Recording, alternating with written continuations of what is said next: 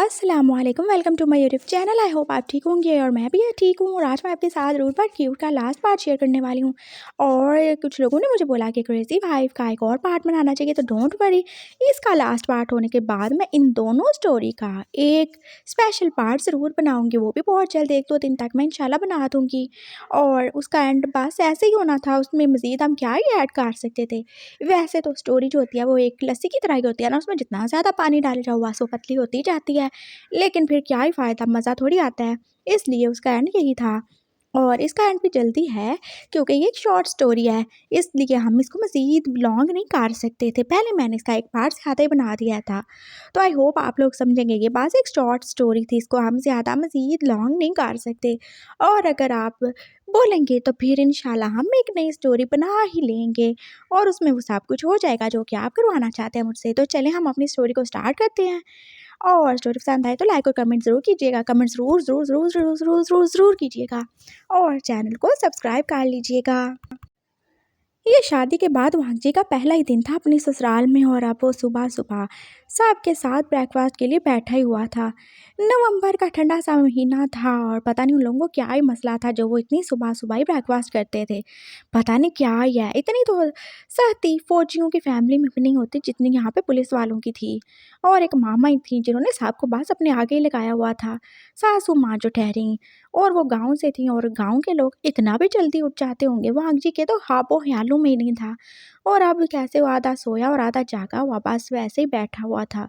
और वो शियानो कितना ज़्यादा एक्टिवली बस खाने-पीने में बिज़ी था। "अरे बेटा, तुम खा क्यों नहीं रहे? तुम्हारी तबीयत तो ठीक है ना?" पापा ने उससे पूछ लिया था और उसने जैसे अपनी सोई-सोई आँखें खोल के बोला, "हाँ जी, बहुत अच्छी तबीयत है मेरी।" नींद तो आई ना तुम्हें?" ये लीज़ा थी जो उससे पूछ रही थी। "हाँ जी, बहुत अच्छी नींद आई, बहुत ही अच्छी नींद आई, देख रही हैं आप।" "हाँ, ये कैसी बातें कर रही हो? तुम्हें शर्म तो नहीं आ रही? कल ही उसकी शादी हुई है, तुम कैसी उससे बातें पूछे जा रही हो? तुम बहुत ज़्यादा बोल्ड हो चुकी हो लड़की, मैं तुम्हारी टाँगें तोड़ के रख दूँगी, नहीं तो तुम्हारी ज़ुबान ही काट डालूँगी।" ये मामा थी जो के पास इतना सा पूछने पर अब लीज़ा के सर पे खड़ी हो गईं। "लेकिन मामा, मैंने तो" "क्या मैंने तो?" "हाँ, तुम्हें नहीं पता, ऐसी बातें नहीं पूछते, बहुत बुरी बात होती है। तुम एक शरीफ लड़की हो और शरीफ लड़कियाँ ऐसी बातें नहीं करती।" "अरे आंटी, ऐसा भी कुछ नहीं हो गया।" "क्या आंटी होता है? हाँ, मामा बोलो मुझे, और ऐसा ही होता है। उसको क्या अक्ल नहीं है कि तुम दोनों की शादी हुई है, ऐसी बातें नहीं करनी चाहिए।" आंटी ने उसे भी डाँट ही दिया था और वो चुपचाप अब खाने में बिज़ी हो गया। "चलो जल्दी-जल्दी ब्रेकफ़ास्ट करो, फिर तुम्हें ड्यूटी पे भी जाना होगा।" वो शियान ने बोला और मामा फिर से अब बीच में ही आ गईं। "क्या बोला? कौन-सी ड्यूटी पे?" "मामा, मेरी जॉब है ना, मैं ड्यूटी पे नहीं जाऊँ क्या?" "नहीं, आज तो बिल्कुल नहीं जाओगे।" "लेकिन क्यों?" "अरे शादी हुई है, 1-2 दिन की छुट्टियाँ काट लोगे तो क्या हो जाएगा, कोई तुम्हारे पीछे, पूरा शहर यहाँ से वहाँ थोड़ी हो जाना है। कोई नहीं, जा रहे तुम, और वैसे भी आज शाम को तुम लोगों का रिसेप्शन है, तो उसके लिए तुम्हें रेडी होना है। और अभी तुम ब्रेकफ़ास्ट करोगे, अपने रूम में जाओगे और बस आराम ही करोगे।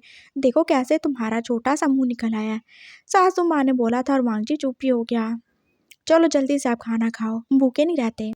मामा बेशक स्ट्रिक्ट थीं, लेकिन वो उतना ही ज़्यादा प्यार भी करती थीं और वांगजी ये समझ ही चुका था। फाइनली वो ब्रेकफ़ास्ट करके अपने रूम में आ चुका था और फिर उसने पापा को कॉल भी की थी। उन्हें बताया था कि वो बिल्कुल ठीक-ठाक है और वो कितना ज़्यादा फ़िक्रमंद हो रहे थे।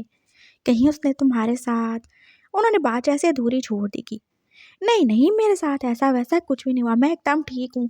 और आपको क्या ही लगता है पापा, क्या मैं इतना ज़्यादा वीक हूँ जो खुद को प्रोटेक्ट नहीं कर पाऊँगा? वो मुझे हाथ तो लगाए, मैं उसके हाथ ही ना तोड़ डालूँगा। ऐसा-वैसा समझा क्या? और टाइगर कैसा है? उसने खाना खा लिया क्या?" "नहीं, वो अभी तक सो ही रहा है, थोड़ी देर बाद खाएगा।" "चलो सही है, तुम भी आराम करो, मैं ज़रा वॉक पे जा रहा हूँ।" पापा ने ये कह के कॉल बंद ही कर दी थी। बाकी सारा दिन वांगजी ने ऐसे सो के गुजारा था और वशियान वो फिर दोबारा उसके रूम में नहीं आया। वो बस इधर-उधर ही घूमता रहा था और पता नहीं है वांगजी को वो घर में था भी कि नहीं, उससे क्या ही लेना देना। वो बस 3 बजे ही रूम में आया था जब वांगजी उठ ही चुका था। "उठ गए तुम? कैसी तबीयत है तुम्हारी?" "हाँ, ठीक हूँ, थैंक यू।" "अच्छा, वो आपका जो सर्वेंट है।" "कौन-सा सर्वेंट?" "वो जो चाओ है।" "अच्छा, हाँ, वैन चाओ, क्या हुआ उसे?" "वो किधर है? वो हमारी शादी में भी नहीं था और अभी भी घर में नहीं है।" "हाँ, वो 2 दिन पहले ही वापस गया था। उसकी माँ की तबीयत बहुत ज़्यादा ख़राब थी, इसलिए मैंने उसको बोला कि वो चला जाए।" "ओह! तो वो कब आएगा? वांगजी को जाने क्यों ही वो सस्पिशियस सा लगता था। उसका अजीब तरह से वशियान को देखना और ऐसे ही उसे पास देखते रहना उसे बहुत ज़्यादा ही अजीब लगता था। हाँ, आ जाएगा, आज ही आ जाएगा, रिसेप्शन में आएगा वो। अच्छा, ये तो बहुत अच्छी बात होगी। खैर है, तुम उसके बारे में इतना क्यों ही पूछ रहे हो? नहीं, मैं तो वैसे ही पूछ रहा हूँ, मतलब एक बंदा था ना, तो अब वो अगर वो नहीं है तो फिर अजीब-सा तो लगता है। हाँ, सही है, एक दिन तुम उससे मिले और उसका होना ना होना तुम्हारे लिए मैटर करता है और मैं जो तुम्हारा हस्बैंड हूँ, मैं सारा दिन तुम्हारे पास नहीं था, तुमने एक बार भी मेरे बारे में नहीं पूछा। हाँ, तो घर की मुर्गी वैसे भी दाल बराबर होती है और मैं क्यों ही आपके बारे में पूछूँ और मुझे क्या ही फ़र्क पड़ता है आप हो ना हो। वो शियान का फेस एकदम जैसे पीला ही पड़ चुका था और वांगची को जैसे फ़ौरन ही अपनी गलती का एहसास हुआ। वो ऐसे कैसे उसे बोल सकता है? मेरा मतलब वो नहीं था। इट्स ओके, तुमने जो कहा सच ही बोला होगा। वैसे भी जब हम तेज़-तेज़ बोलते हैं या गुस्से में बोलते हैं तो हमारे मुँह से हमेशा सच ही निकलता है। वो शियान कैसे एकदम से सैड होके बैठ ही गया था और आंटी को भी बुरा लगना शुरू हो गया। उसे ऐसे तो नहीं बोलना चाहिए था। नहीं, मेरा वो मतलब नहीं था। मैं बस ये कह रहा था कि आप कमरे में नहीं होंगे तो ज़ाहिर है अपने घर में ही होंगे या कहीं जॉब पे होंगे। और वैसे भी हम दोनों में ऐसा कोई फ़िलहाल रिलेशन नहीं है कि मैं आपके होने या ना होने को इतना ज़्यादा काउंट करूँ और वेंचाओ की बात रही तो मैं तो बस उसके बारे में सस्पिशियस था, इसीलिए मैंने बोल दिया। प्लीज़ आप कुछ गलत मत समझें। मुझे अच्छा नहीं लगता कोई मेरी वज़ह से दुखी हो या परेशान हो या कोई मुझे गलत समझे। ऐसा-वैसा कुछ नहीं है। वांग जी ने जैसे फ़ौरी क्लैरिफ़िकेशन दे दी थी और वो शान अभी चुप ही था। अच्छा, एक बात बताओ ऑफ़िसर, अगर मुझे कुछ हो जाए या मैं मर जाऊँ, तो तुम क्या थोड़ा-सा भी दुखी नहीं होगे? कैसी बातें कर रहे हैं आप? वो आंटी को एकदम से जैसे बुरा ही लग गया। नहीं तो मैं वैसे ही पूछ रहा हूँ ना। तुमने बोला ना तुम्हें फ़र्क नहीं पड़ता और हमारा रिश्ता तो अभी छोटा-सा ही है, कुछ ही दिनों का है और तुम तो मुझसे प्यार भी नहीं करते। तुमने तो बस मजबूरी में या फिर कॉम्प्रोमाइज़ में ही शादी की है ना, तो तुम्हें कोई फ़र्क पड़ेगा या नहीं पड़ेगा?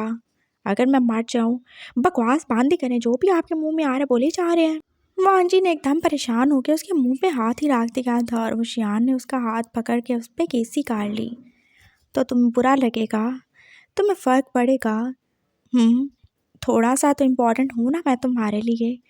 मैं तुमसे प्यार जो करता हूँ तो कहीं ना कहीं थोड़ा सा एक कतरा सा ही सही तुम्हारे दिल में मेरे लिए कोई फीलिंग होगी ना। मुझे नहीं पता, लेकिन आप प्लीज़ ऐसे मरने की बात ना करें, मुझे बहुत ज़्यादा डर लगता है। पुलिस वाले हो फिर भी डर लगता है। पुलिस वाला हूँ, लेकिन इंसान भी हूँ। मेरी कुछ फीलिंग्स हैं, कुछ इमोशंस हैं और जो लोग मेरे साथ हैं, मैं चाहता हूँ वो हमेशा मेरे साथ रहें। मैं कभी उन्हें खोना नहीं चाहता, चाहे वो कोई भी हों। आप हों, पापा हों, मामा हों, लीज़ा हों। आपसे मेरा एक रिश्ता है, चाहे एक दिन पुराना ही क्यों ना हो। मैं किसी को भी खोना नहीं चाहता। मैं चाहता हूँ सब खुश रहें और अपने साथ जितने भी मेरे क्लोज़ लोग हैं, मैं सबकी खुशी चाहता हूँ। इसके अलावा कुछ नहीं। मांगजी ने दिल से बोला था और होशियार ने बस स्माइल ही कर दिया। हाँ, मुझे नहीं पता था तुम इतने ज़्यादा अच्छे भी होगे। आपको अभी बहुत ज़्यादा कुछ ही नहीं पता। चलें रेडी हो जाएं, जाना है हमें, नहीं तो फिर मामा आके डांट ही देंगी। वांगजी पास ऐसे चुपचाप उठ के आप तैयारी करने लगा था। उसके दिल में जाने क्यों ही पेन हो रहा था। वो शियान जो उससे कितनी ज़्यादा एक्सपेक्टेशन रख रहा है, वो उससे पूछता है, उसके बारे में बात करता है, लेकिन वांगची उसे क्या ही बताए। वो तो यहाँ पे सिर्फ एक केस सॉल्व करने के लिए है और जब उसे पता चल जाएगा उसके साथ वो सब किसने किया, वो तो उसे छोड़ के चला ही जाएगा। वांगची को बस दुख ही हो रहा था जब वो सबको बताएगा कि उसे ये शादी नहीं रखनी, मामा पापा का क्या ही रिएक्शन होगा और वो शियान, क्या वो ये सब बर्दाश्त करेगा? वांजी को जैसे टेंशन सी होने लगी थी। क्या करे वो? क्या वो ऐसे मुनाफिक बन के बातों को छुपाता रहे और वो शान को धोखा देता रहे? ये बात उसे बिल्कुल भी अच्छी नहीं लग रही थी। नहीं नहीं, वो उसे बता ही देगा।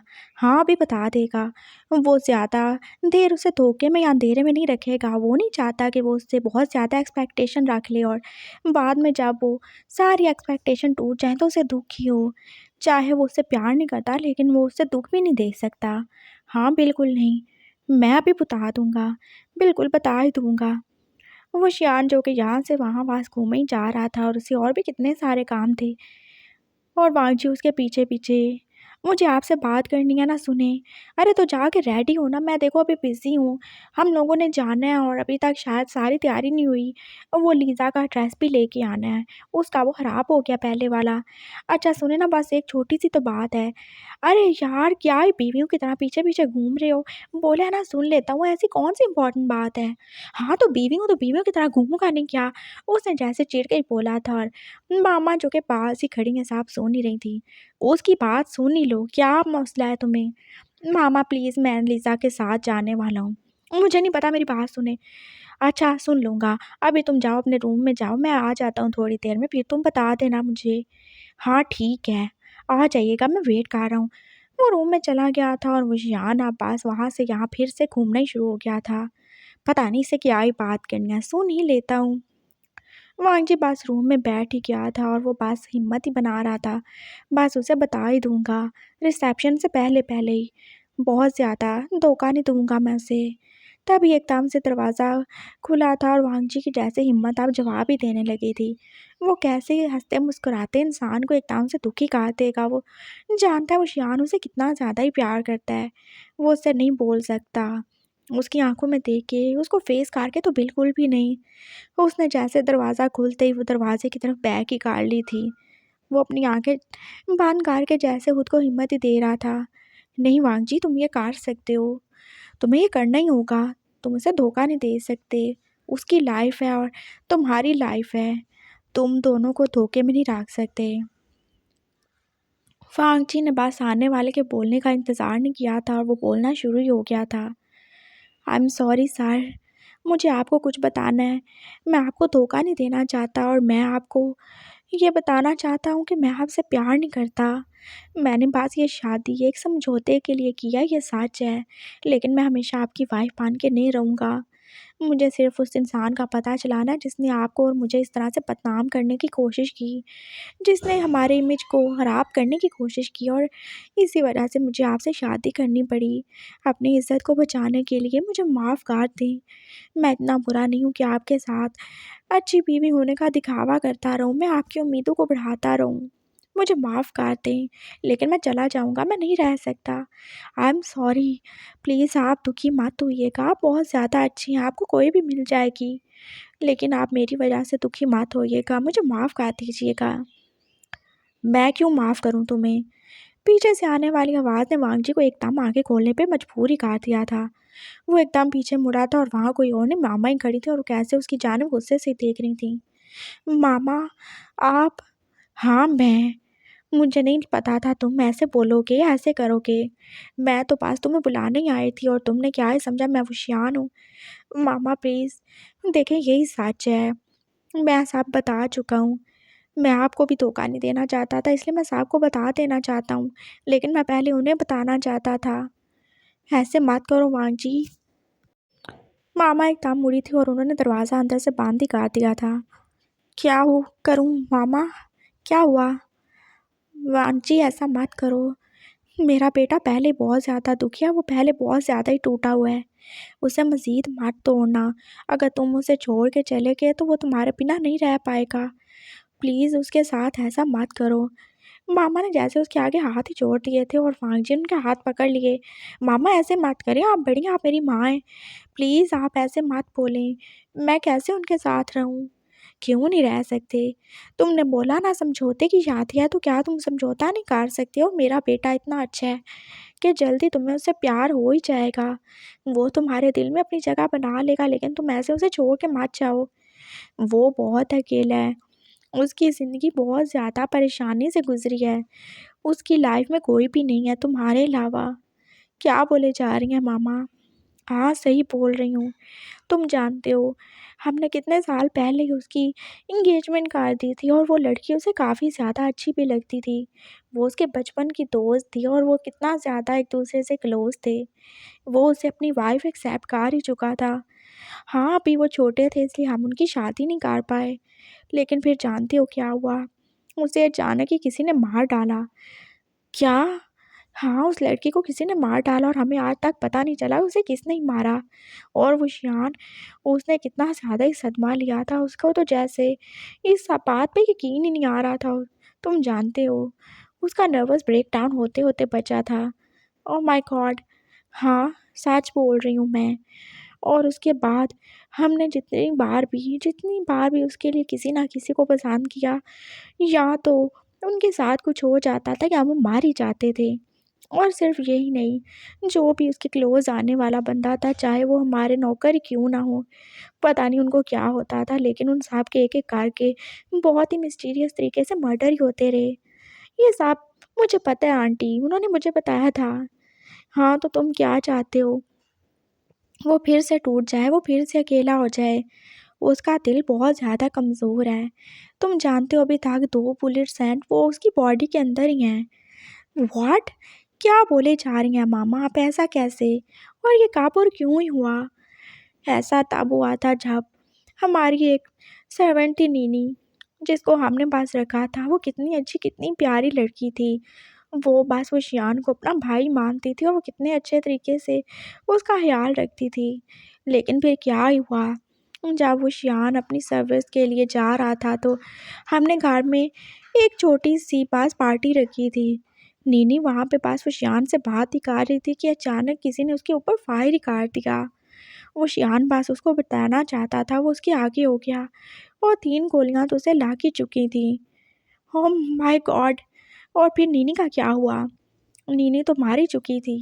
उसको एक गोली सीधा उसके दिल में लगी थी और वो शियान, उसे भी तो 3 गोलियाँ लगी थी ना। एक ही गोली निकली थी लेकिन बाकी 2 तो निकल ही नहीं सकी। अगर वो भी निकालते तो उसकी लाइफ़ को खतरा होता। हाँ, उनका ज़हर निकल चुका है लेकिन वो अभी भी उसके अंदर ही हैं। वो उसको दिन-ब-दिन वीक ही कर रही हैं और अगर उसने मज़ीद कोई टेंशन ली या उसके दिल पे कोई भी बोझ पड़ा, तो वो ज़िंदा नहीं बचेगा। तुम जानते हो, वो हेल्दी क्यों नहीं लगता? वो इतना स्मार्ट क्यों नहीं लगता जैसे उसे होना चाहिए? उम, क्यों? क्योंकि वो वीक है। उसका बहुत ज़्यादा ब्लड लॉस हो चुका है। वो अब ज़्यादा हेल्दी नहीं है, नहीं तो इससे पहले तुम उसे देखो तो तुम पहचान नहीं पाओगे। वो एक आईजी है लेकिन फिर भी उसका हार्ट काफ़ी ज़्यादा वीक है। वो इतना ज़्यादा स्ट्रॉन्ग नहीं रहा। मेरे बेटे को मुझसे दूर मत करो, वो मेरा अकेला बेटा है। मैं मर जाऊँगी अगर उससे कुछ हुआ। उसकी लाइफ़ तुम्हारे साथ है वांग जी, मुझसे मेरा बेटा मत छीनो। वांग जी की आँखों में आँसू आ गए थे और उसने मामा को हग कर लिया। I am sorry mama, I promise मैं उन्हें कभी नहीं छोड़ूँगा और मैं उस आदमी का पता चला के रहूँगा जो ये सब कर रहा है। आप टेंशन नहीं लीजिएगा, मुझे तुम्हारी भी फ़िक्र है। अगर वो जो कोई भी है, उसने तुम्हें कोई नुकसान पहुँचा दिया तो? मामा, मैं इतना ज़्यादा वीक नहीं हूँ। आपका बेटा अल्फ़ा होके वीक होगा लेकिन आपका ये वाला बेटा चाहे ओमेगा लेकिन वो बहुत ज़्यादा स्ट्रॉन्ग है, डोंट वरी। देख नहीं रही आप मैं कितना ज़्यादा हट्टा-कट्टा हूँ, बहुत खाता-पीता हूँ मैं। हाँ, वो तो नज़र आ ही रहा है। बस ऐसे ही मुझे हेल्दी-हेल्दी से प्यारे-प्यारे से पोते-पोतियाँ भी दे ही देना। मामा ने रोते-रोते एकदम से स्माइल करके बोला था और वांग जी वो एकदम से रेडी हो गया था।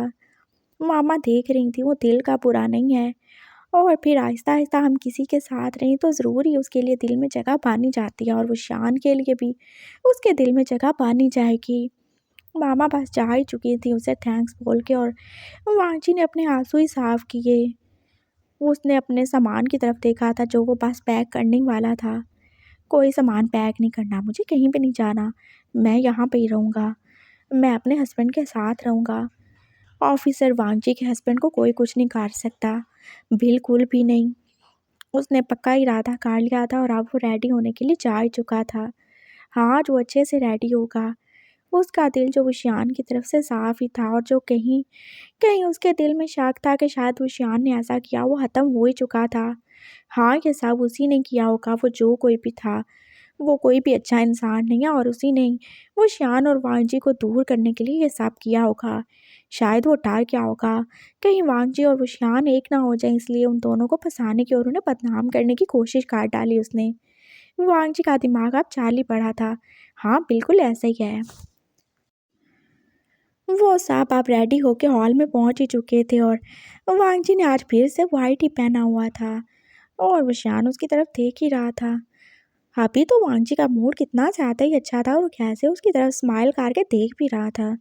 लगता है इसने फिर कुछ खा पी लिया है, नहीं तो ये और मुझे स्माइल करके देखे। वो शियान जैसे दिल ही दिल में सोच ही रहा था। पापा भी आ ही गए थे और वांगजी जो कि उन्हें मिल ही रहा था।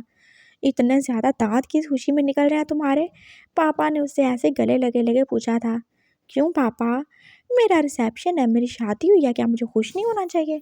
क्या बकवास कर रहे हो तुम? तुमने क्या बोला था? तुम इसके साथ नहीं रहने वाले? ऑफ कोर्स पापा, मैंने बोला था, लेकिन अब मैंने अपना इरादा बदल दिया है। मैं इन्हीं के साथ रहने वाला हूँ। क्या? तुम उसकी वाइफ बन के रहोगे क्या? हाँ, तो अब वाइफ हूँ तो क्या करूँ फिर? बनना तो पड़ेगा ही है ना। और वैसे भी इंसान को अपनी किस्मत से समझौता कर ही लेना चाहिए, और मेरी किस्मत में यही है। वही मेरा हस्बैंड है और मैं उसी के साथ रहने वाला हूँ। और वो तुम्हारी वो सारी बड़ी बड़ी बातें, उनका क्या हुआ? क्या हुआ उनका? बातें तो होती ही करने के लिए हैं, बस कर ली मैंने। और करने से क्या होता है? वैसे भी पापा वो बुरा नहीं है, वो बहुत ज़्यादा अच्छा है। हाँ, देख ही चुका हूँ मैं कितना अच्छा है वो। एक ही दिन में और एक ही रात में कैसे उसने तुम्हें अपना ही बना लिया है। चलो बेटा खुश रहो। फिर मेरा क्या होगा? मुझे पोते-पोतियाँ कहाँ से मिलेंगे? पापा जो एकदम थोड़े सैड ही हो गए थे, सिर्फ़ आंजी को दिखाने के लिए। ओहो पापा, पोते-पोतियों का क्या है? आप परेशान ना हो, आपको नवासे-नवासियाँ ज़रूर ही मिलेंगे। वांजी जो कि अब ज़ोर-ज़ोर से हँसने ही लगा था और खुद ही बोल के वो बिल्कुल शर्मा रहा था और पापा देख ही रहे थे। वांजी तुम कितने ज़्यादा बेशर्म हो चुके हो। ऑफ कोर्स पापा, शादी हुई है तो थोड़ी सी बेशर्मी तो आ ही जाएगी। आप ही पता नहीं कैसी बातें करते हैं। और अगर बेशर्म नहीं होगा तो फिर आपके लिए छोटे छोटे नवासे और नवासियाँ कहाँ से लेके आऊँगा? चलिए, गंदी गंदी बातें नहीं करते। आपको शर्म नहीं आ रही अपने बेटे से ऐसी बातें करते हुए? और टाइगर की तरह उसे नहीं लाए। अब क्या मैं कुत्ते को रिसेप्शन की पार्टी में लाता? पापा उसे कुत्ता नहीं बोले, वो मेरा छोटा भाई है। हाँ, बस ठीक है, छोटा भाई है ना।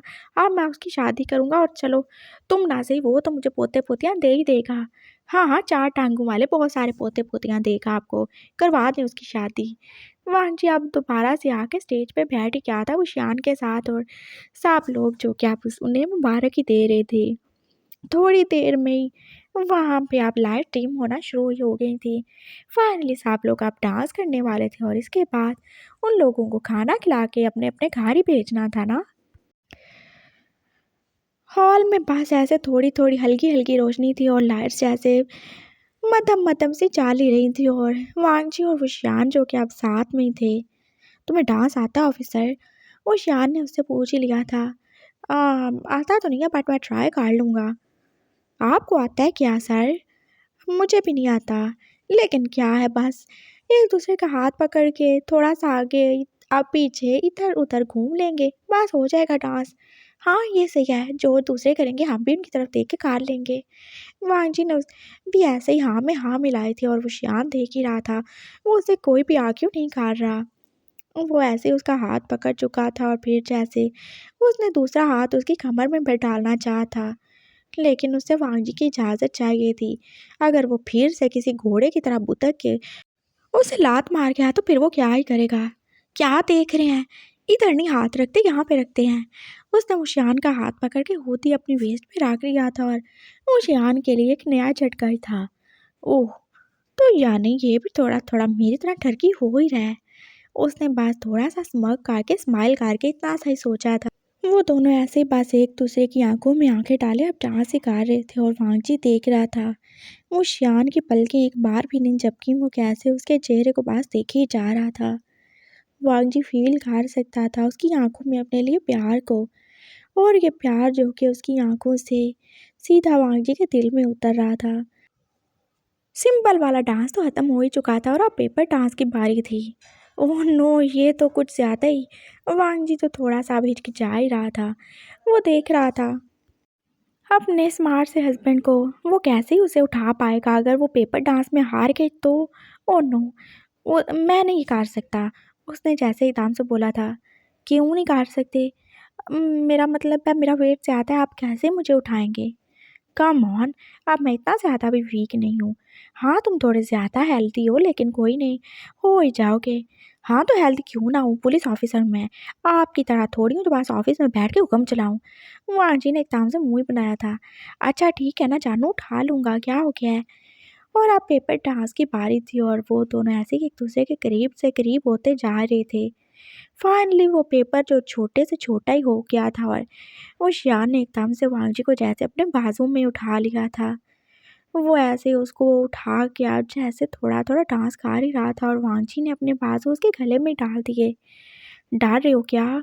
गिराऊँगा नहीं तुम्हें और ना ही गिरने दूँगा।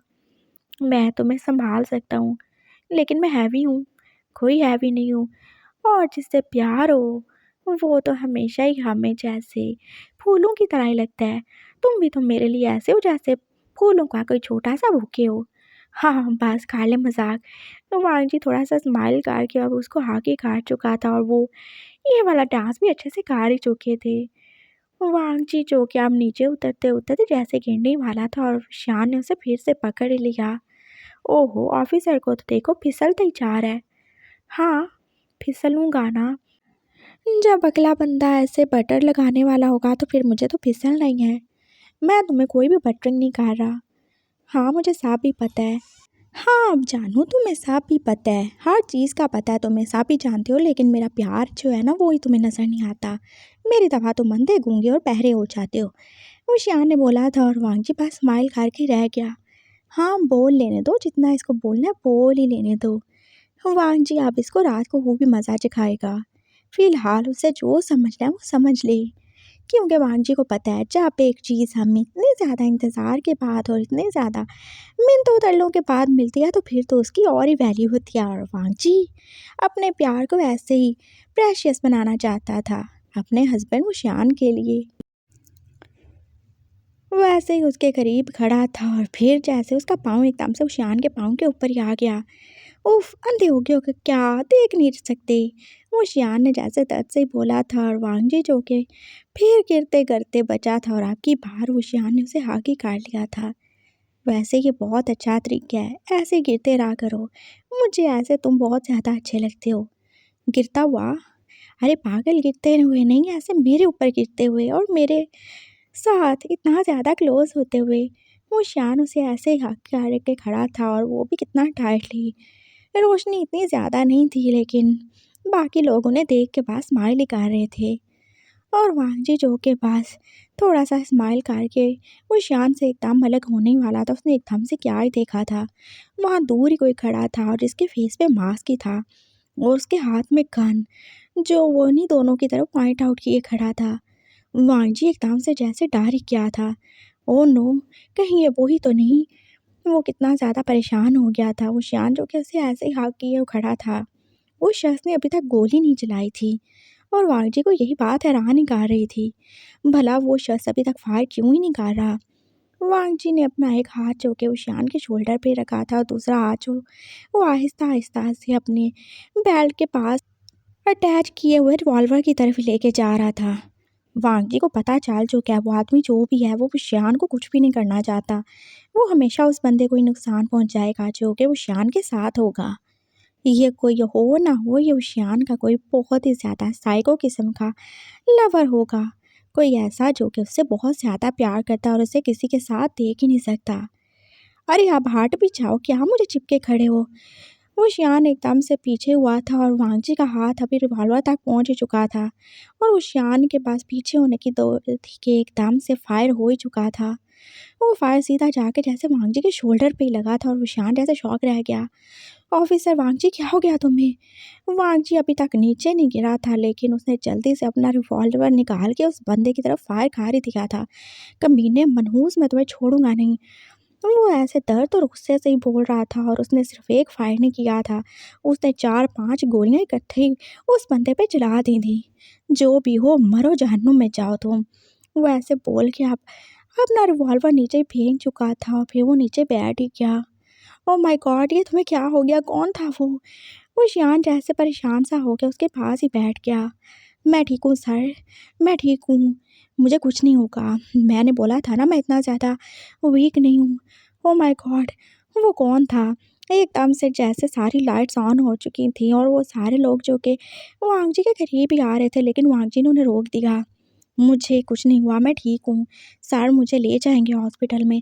आप बस उसकी तरफ जाएँ। वो कौन था? उसे ज़िंदा रहना चाहिए। मुझे पता करना है वो कौन था। वांग जी ने बोला था और फिर वांग जी ने जल्दी से अपनी पुलिस फोर्स को बुला ही लिया था कॉल करके। वो शियान उसे कब से ही बोले जा रहा था हॉस्पिटल चलने को, लेकिन उसने बोला था पहले ड्यूटी फिर कुछ और। वो शियान ने अपनी टाई जो कि उसके शोल्डर पे बांध ही दी थी। वांग जी ठीक ही था, वो गोली पास उसे छू के ही गुजरी थी, लेकिन फिर भी उसका बहुत ज़्यादा ही ब्लड निकल रहा था और वो शियान तो परेशान ही हो गया। आप जाके उसको देखें सर, मैं ठीक हूँ, तुम्हारा दिमाग ख़राब है, मैं तुम्हें ऐसे छोड़ के बिल्कुल नहीं जा सकता। हमें पता चल गया सर वो कौन था। सॉन्गलैंड जो कि उसके पास ही आ चुका था और बाकी पुलिस वाले भी। कौन था वो कोई और नहीं बल्कि आईजी साहब का सर्वेंट, वो वैन चाओ ही था। क्या? वो शान एकदम से जैसे हैरान ही हो गया। हाँ सर, वो चलें, वो आपको बुला रहा है। वो मरा नहीं अभी तक। वो आंजी के दिल में कितनी ज़्यादा नफरत पैदा हुई थी। वो शियान उसके पास ही क्या था और वैन चाओ जो के पास अपनी आखिरी सांसें ही ले रहा था। सर आप ठीक है ना? सर आपको कुछ हुआ तो नहीं? आई एम सॉरी, मुझसे गलती हो गई, मुझे माफ़ कर दें। तुमने ये सब क्यों ही किया? किस लिए किया? आपके लिए सर, आपको कोई भी मुझसे छीन नहीं सकता, इसीलिए मैंने साहब को मार डाला और आज पास मेरा निशाना थोड़ा सा ख़राब हो गया, नहीं तो ये भी मार ही जाता। आप किसी के नहीं हो सकते और मुझे माफ़ कर दें, मेरी वजह से आपको चोट लगी। मैं आपका बहुत बड़ा गुनहगार हूँ, लेकिन मैं आपसे बहुत ज़्यादा प्यार करता हूँ। प्लीज़ मुझे माफ़ कर दीजिएगा। मैं तुम्हें कभी भी माफ़ नहीं करूँगा और ये प्यार करने का कोई तरीका नहीं होता। अगर तुम किसी से प्यार करते थे तो तुम्हें उसको बताना चाहिए था, चाहे वो कोई भी होता। अगर मैं तुम्हारे प्यार को रिजेक्ट करता या मैं तुम्हारे साथ कुछ बुरा करता फिर तुम्हें पूरा राइट था, लेकिन तुम्हें कोई भी हक नहीं था अपनी इस वन साइडेड एक तरफ़ा मोहब्बत को पूरा करने के लिए तुम ऐसे लोगों की जान ही देते। मुझे तुमसे नफ़रत है और मैं तुमसे नफ़रत के अलावा कुछ कर भी नहीं सकता। तुम एक कातिल हो, तुम वो शैतान हो जो कि मासूम बन के रहे थे। मैंने तुम पे भरोसा किया, तुम्हें हमेशा अपने भाई की तरह समझा। मुझे नहीं पता था तुम्हारे दिल में इतना बड़ा खोट है। थैंक गॉड मेरे वांगजी को कुछ नहीं हुआ, नहीं तो मैं उसको कभी माफ़ नहीं कर पाता कि मेरी वजह से उसकी जान ही चली गई। आई हेट यू बहन, जाओ भाड़ में जाओ तुम। वो शान उसे बोल के जा चुका था और वैन जाओ भी अब मार ही चुका था। फाइनली सब कन्फ्यूजन क्लियर हो ही चुकी थी। वो वैन चाओ ही था जिसने सब कुछ किया था। वो शियान की फियांसी को भी उसी ने मारा था और बाकी सर्वेंट्स को भी। और वांगजी और वो शियान का वो स्कैंडल बनाने वाला भी वैन चाओ ही था। उसे पता था वांगजी कभी भी गुस्से में आके वो शियान से शादी नहीं करेगा, लेकिन वो शियान की वांगजी के लिए दीवानगी वो देख ही चुका था, इसीलिए उसने ये सब किया था।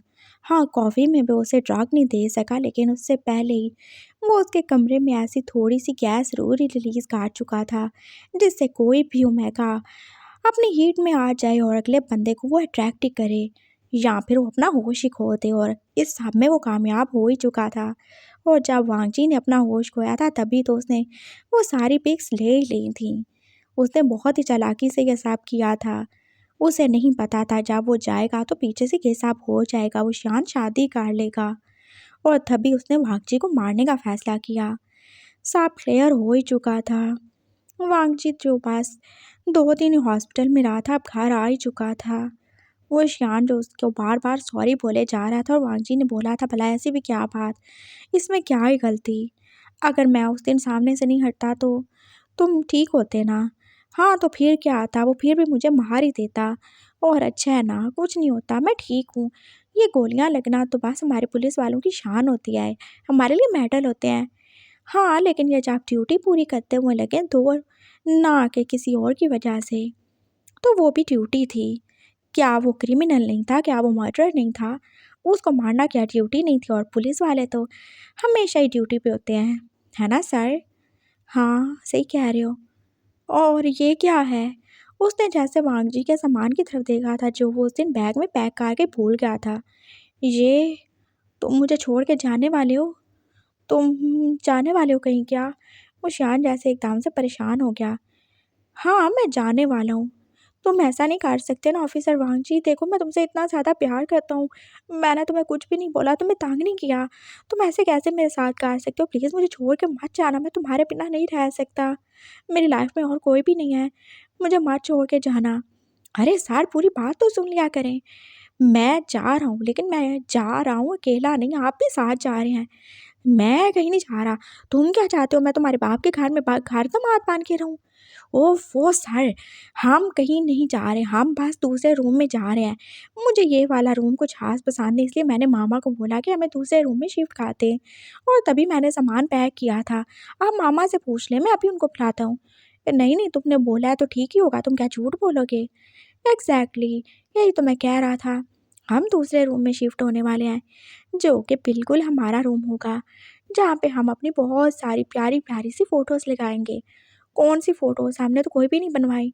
अरे वो बनवाई है ना, वो जो वेंचा ने मरते-मरते हम पे एहसान किया था, वो सारी वाली रोमांटिक फ़ोटोज़ हम लगाएँगे। तो तुम मुझे छोड़ के नहीं जाओगे ना? ऑफ़ कोर्स, मैंने और कहाँ ही जाना है, और वैसे भी मुझे और कहाँ ही मिलेगा आप जैसा दूसरा हस्बैंड, जो कि आईजी भी हो, इतना हैंडसम भी हो, जो कि मुझसे इतना प्यार भी करे। तो मैं क्यों ही जाऊँगा, मैं कोई पागल थोड़ी हूँ। और अगर मैं आईजी ना होता, तो क्या फिर भी तुम मेरे साथ रहते? अब ये क्या बात हुई, अगर आप आईजी ना होते तो फिर तो हम मिलते भी नहीं, हमारी शादी भी नहीं होती। ये सब फ़िज़ूल बात है, और यही रियलिटी है। तो तुम मुझसे प्यार तो नहीं ना करते? हाँ, नहीं करता, लेकिन कर लूँगा। क्या वैसे खुद होता है प्यार? हो ही जाता है, मैंने बोला था ना, आप इतने ज़्यादा अच्छे हैं तो हो ही जाएगा। अच्छा सच में? वो शान कैसे एकदम से बच्चों की जैसे ही खुश हो गया था, और वांगजी देख ही सकता था उसकी खुशी। किसी को खुशी देना कितनी ज़्यादा खुशी देता खुद को भी, वो जान चुका था। उसके दिल में भी थोड़ी-थोड़ी उस शान के लिए फीलिंग्स जैसे पैदा होने ही लगी थी, और वो इतना बुरा थोड़ी है, वो तो बहुत ज़्यादा अच्छा है। और वांगजी इतने ज़्यादा प्यार करने वाले बंदे को कैसे ही खो सकता था? वो शियान बस यहाँ से वहाँ अब घूम के नए कमरे में उसका सारा सामान सेट ही कर रहा था, और वांगजी को उसने बोल दिया था कि वो रेस्ट करे। और वांगजी कैसे ठरकियों की तरह उसकी तरफ देखे जा रहा था। क्या हुआ? कुछ नहीं, मैं तो वैसे ही देख रहा हूँ, आपको कोई प्रॉब्लम है क्या? हाँ, मुझे देख रहे हो तो मुझे प्रॉब्लम होगी ना, मुझे अजीब सा लग रहा है। अरे वाह, शर्म तो नहीं आ रही आपको? हस्बैंड होके शर्मा रहे हैं, मैं तो नहीं शर्माता। हाँ, तुम तो हो ही बेशर्म। वो शिहान ने थोड़ा-सा स्माइल करके अब सारी शर्ट्स उसकी जैसे कबर्ड में रखी दी थी। आप आ जाएँ इधर। नहीं, अभी तो क्या, सबसे इम्पोर्टेंट वाइफ़ होती है और कोई भी नहीं। उसने वो शियान को अपने पास ही बिठा लिया था, और फिर वो शियान देख रहा था। तुमने अभी तक अपनी मेडिसिन नहीं ली। ये लो। अरे मैं छोटा बच्चा थोड़ी हूँ, ले लूँगा। नहीं, लो, मेरे सामने लो। वो शियान ने जल्दी से उसे मेडिसिन दी थी, और अब वो उसे दूध का गिलास भी दे ही रहा था। ये मुझे दूध पीना बिल्कुल पसंद नहीं है, लेकिन मैं पी लूँगा। लेकिन अभी नहीं, मुझे नहीं पता पियो। मैंने नहीं पीना ना, मेरा दिल नहीं कर रहा। उसने जैसे हाथ से पीछे किया था, और कुछ दूध उसकी और कुछ उशान की शर्ट पे गिर चुका था। ओह! आई एम सॉरी, आप ठीक तो हैं ना? हाँ, ठीक हूँ मैं। वो शान जैसे अपनी शर्ट की तरफ ही देख रहा था, जो कि दूध गिरने से सारी की सारी गीली हो रही थी। इट्स ओके, मैं इसको अभी उतार देता हूँ। तुम? तो क्या हुआ? वो शियान बस हैरान ही था, और वांगजी जैसे उसकी शर्ट उतारने लगा, और फिर उसने देख ही लिया था कैसे ही उसकी चेस्ट पे वो निशान बने हुए थे, 3-3 गोलियों के निशान।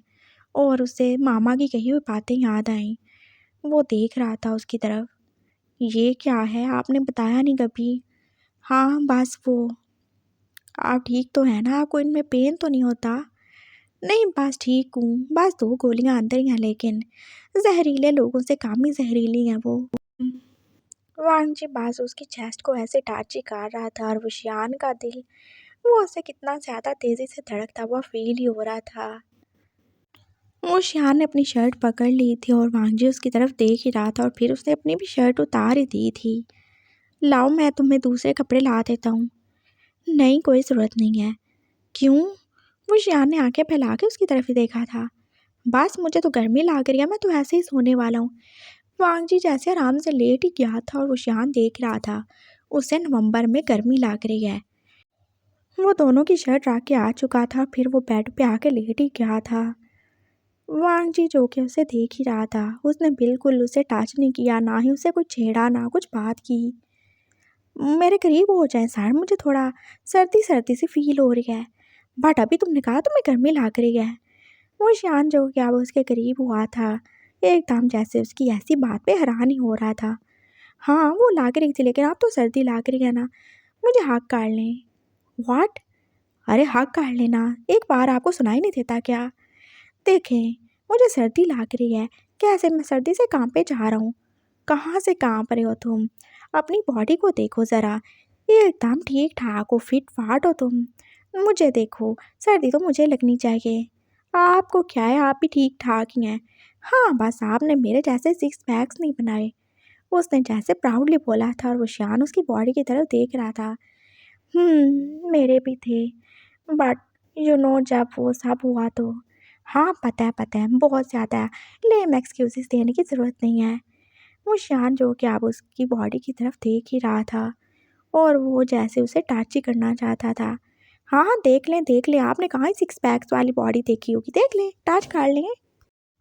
उसने होती उसका हाथ पकड़ के जैसे अपनी बॉडी पर रख दिया था और वो शान जो के पास उसे टच ही कर रहा था और वांगजी जो के पास अपनी स्माइल को दबाते हुए उसके टच को फील ही कर रहा था।